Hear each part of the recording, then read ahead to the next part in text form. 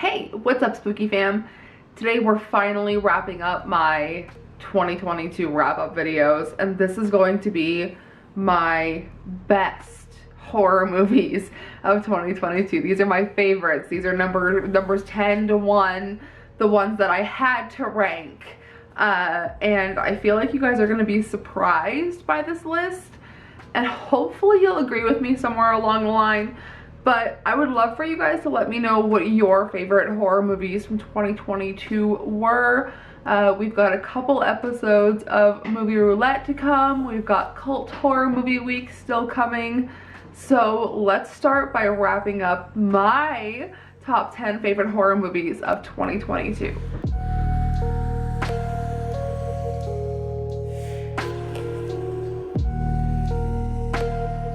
So this was a movie, we'll start off with number 10 here. This was a movie I kind of went in with low expectations but ended up loving, and it has to be on this list because we lost a member of the Foo Fighters, Taylor Hawkins, this year, and this is Studio 666. This movie ended up being, like, it had the right amount of comedy and the right amount of practical effects, and it just hit me the right way. Legendary rock band Foo Fighters move into an Encino mansion full of grisly rock and roll history to record their much anticipated 10th album.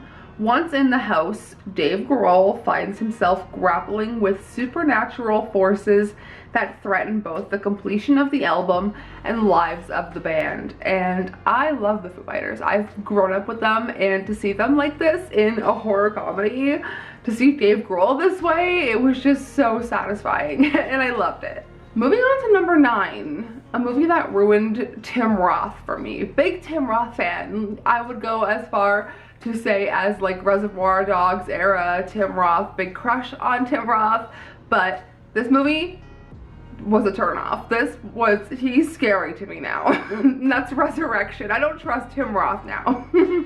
This also stars Rebecca Hall, and she is just fantastic. I feel like every year she is coming out with a movie/movies, maybe even, that are just so striking and so good. A woman's carefully constructed life is upended when an unwelcome shadow from her past returns, forcing her to confront the monster she's evaded for 2 decades. And the ending of this movie was, I feel like it felt more ambiguous. I don't know, it just felt weird. It just felt too strange. I don't know, but I loved it. It just was icky. Number 8 is a movie that absolutely shocked me, and that is Watcher. I feel like Chloe Okuno is slowly becoming a director that we need to keep an eye on, especially if you enjoyed Ratma in VHS 94. But Watcher, Micah Monroe, she was in a movie on my like worst horror movies and my best horror movies of 2022 lists. As a serial killer stalks the city, a young actress who's just moved into town with her husband notices a mysterious stranger watching her from across the street. And this movie is shocking. Like, you don't expect it to go as far as it does. And I feel like there's a theme with movies that I enjoy. Or Holy Spider, a movie that deals with killings of women. You know what, I'm not like, it's just a visceral experience, and that's what I'm like seeking, are these visceral experiences. And it's really sad that it comes in movies like this, but Watcher was just something else. Okay, these next 2, I'm surprised they're so far back on this list, but I don't know, the ones that precede the next one, these next 2, I don't know, to me they're perfectly placed. And we'll start with Pearl. I feel like I really had to struggle between Pearl and X, but I liked X a little more than Pearl.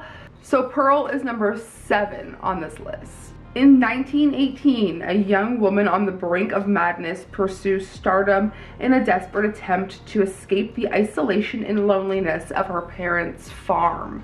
And then we'll follow that up directly with X, which was another fantastic viewing experience.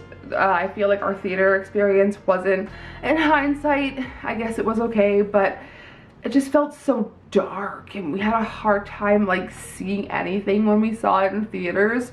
But I don't know, and it's so hard, we cannot find it on DVD anywhere. We have Pearl on DVD, but we don't have X. But X is number 6 on this list, and like I said, I feel like I liked it a little more than Pearl, and I cannot wait for Maxine. Big fan of Ty West. In 1979, a group of young filmmakers set out to make an adult film in rural Texas, but when the reclusive elderly hosts catch them in the act, the cast finds themselves fighting for their lives. And I really enjoyed the cast of X, and I feel like that's what I enjoyed a little more than Pearl. Moving on to my top 5. Don't shoot me. Number 5 is Barbarian. Another amazing theater experience we had this year, well, in 2022, but Barbarian was a treat, and I'm glad that we didn't get spoilers for it before we went to go see it. A woman discovers the rental home she's booked is already occupied by a stranger. Against her better judgment, she decides to spend the night, but soon discovers there is a lot more to fear than an unexpected house guest. And if you've seen it, you know. It's a good movie, and it's full of twists. So if you haven't seen Barbarian, I highly recommend go into it as blind as possible. Number 4 is Terrifier 2. We loved Terrifier 2. We love Art the Clown. I feel like Damien Leone is so just creative and passionate, and you can really see that in the final product of his movies. And even going back to All Hallows Eve, just a fantastic watch. But Terrifier 2 is just fucking disgusting, and it's great. After being resurrected by a sinister entity, Art the Clown returns to Miles County, where he must hunt down and destroy a teenage girl and her younger brother on Halloween night.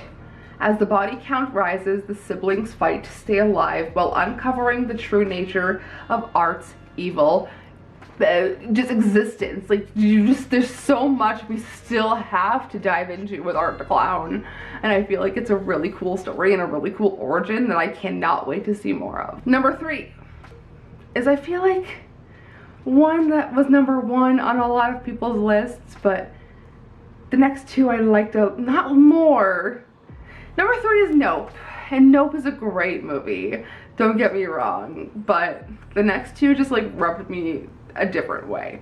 So Nope, obviously the 3rd feature film by Jordan Peele, obviously a huge Jordan Peele fan, but Nope, once again, we went to the theater so many times in 2022, and every time that we went, I feel like every movie was just so great, and I had such good feelings afterwards. And Nope, I was just so surprised by the end. Keke Palmer was a real standout in that movie, and so was Steven Yeun, Daniel Kaluuya, everybody in that movie was just fantastic. A man and his sister discover something sinister in the skies above a California horse ranch, while the owner of a nearby theme park tries to profit off of the spectacular phenomenon. And honestly, I have a hard time ranking Jordan Peele movies because they're all so strong, and this was just another strong installment to whatever he has to offer for us. Okay, number 2. This movie technically came out in 2021, but it didn't come to streaming until 2022, and I want to just distinguish that right there, because this movie I loved so fucking much. Hellbender.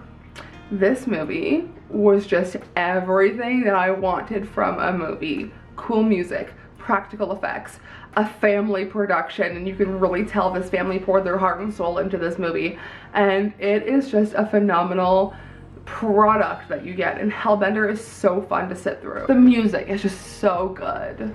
A teen and her mother live simply in a home in the woods, spending time together making metal music. A chance encounter with a fellow teen causes her to uncover a connection between her family and witchcraft. This causes a rift between her and her mother, and if any of that sounds up your alley and you haven't seen Hellbender, check this out, because the practical effects reward you in this one. Okay, number 1, I feel like I've talked this movie to death, and this will be the last time I mention it for a while. I've already spoiled this, so number 1 is Deadstream by Joseph and Vanessa Winter, written and directed by, starring Joseph Winter. Just amazing. I am a very big fan of small productions, close-knit production teams, just things that feel like they are a passion project, and Deadstream is so fun.